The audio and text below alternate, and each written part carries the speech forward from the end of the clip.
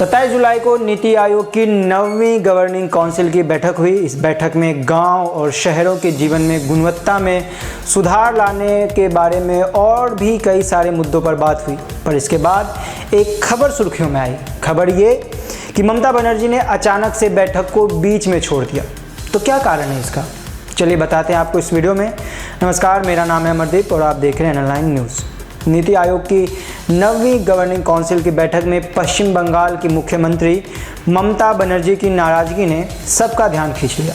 ममता बनर्जी जो बैठक में हिस्सा लेने के लिए दिल्ली आई थी ने अचानक बैठक को बीच में छोड़ दिया और आरोप लगाया कि उनका माइक बंद कर दिया गया और उन्हें बोलने से रोका गया।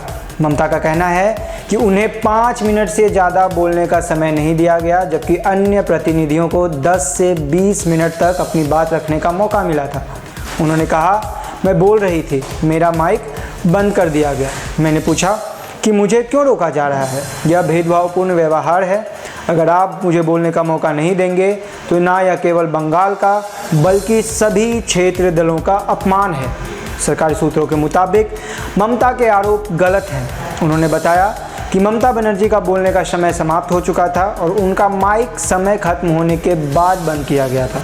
उनकी बारी लंच के बाद आने वाली थी। पश्चिम बंगाल सरकार के अनुरोध पर उन्हें जल्दी वापस लौटने के कारण 7वें स्पीकर के रूप में शामिल किया गया था। ममता बनर्जी ने नीति आयोग की बैठक पर हमला करते हुए कहा कि आयोग के तहत कोई ठोस काम नहीं हुआ है। उन्होंने कहा, नीति आयोग का गठन होने के बाद से मैंने कोई प्रभावी काम नहीं देखा। योजना आयोग के समय में एक व्यवस्था थी। मोदी सरकार द्वारा गठित नीति आयोग को समाप्त कर योजना आयोग को बहाल किया जाना चाहिए। विपक्षी नेताओं ने बजट में उनके राज्य के साथ भेदभाव का आरोप लगाते हुए नीति आयोग की बैठक का बहिष्कार करने का ऐलान किया था। तमिलनाडु के मुख्यमंत्री M.K. स्टालिन ने केंद्रीय बजट में उनके राज्य को नज़रअंदाज करने की बात की थी। वहीं ममता बनर्जी ने स्पष्ट किया कि वह भविष्य में नीति आयोग की बैठक में भाग नहीं लेंगी और केंद्र सरकार पर राज्य सरकारों के साथ भेदभाव का आरोप लगाया है। उनके इस फैसले से नीति आयोग की बैठक पर एक नया विवाद खड़ा हो गया है। नीति आयोग की गवर्निंग काउंसिल की हालिया बैठक में भारत को 2047 तक एक विकसित राष्ट्र बनाने पर केंद्रित चर्चा की गई। बैठक में केंद्र और राज्य सरकारों की साझेदारी और सहयोग के माध्यम से गांव और शहरों में निवास करने वाली जनता की जीवन गुणवत्ता में सुधार लाने के लिए प्रभावी डिलीवरी मैकेनिज्म तैयार करने पर जोर दिया गया। नीति आयोग ने एक बयान में बताया कि भारत वर्तमान में $5 ट्रिलियन की GDP के साथ दुनिया की तीसरी सबसे बड़ी अर्थव्यवस्था बनने की राह पर है।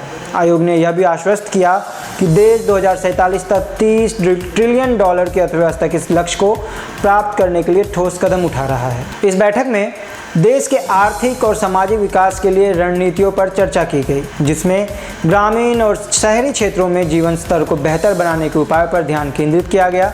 नीति आयोग का मानना है कि केंद्र और राज्यों की संयुक्त पहल से भारत की विकास यात्रा को नई गति मिलेगी और देश को एक प्रमुख वैश्विक आर्थिक शक्ति बनाने में सहायता मिलेगी। तो आपकी क्या राय है इस विषय पर, हमें कमेंट करके ज़रूर बताएं और बाकी के खबरों के लिए देखते रहें ऑनलाइन न्यूज़। धन्यवाद।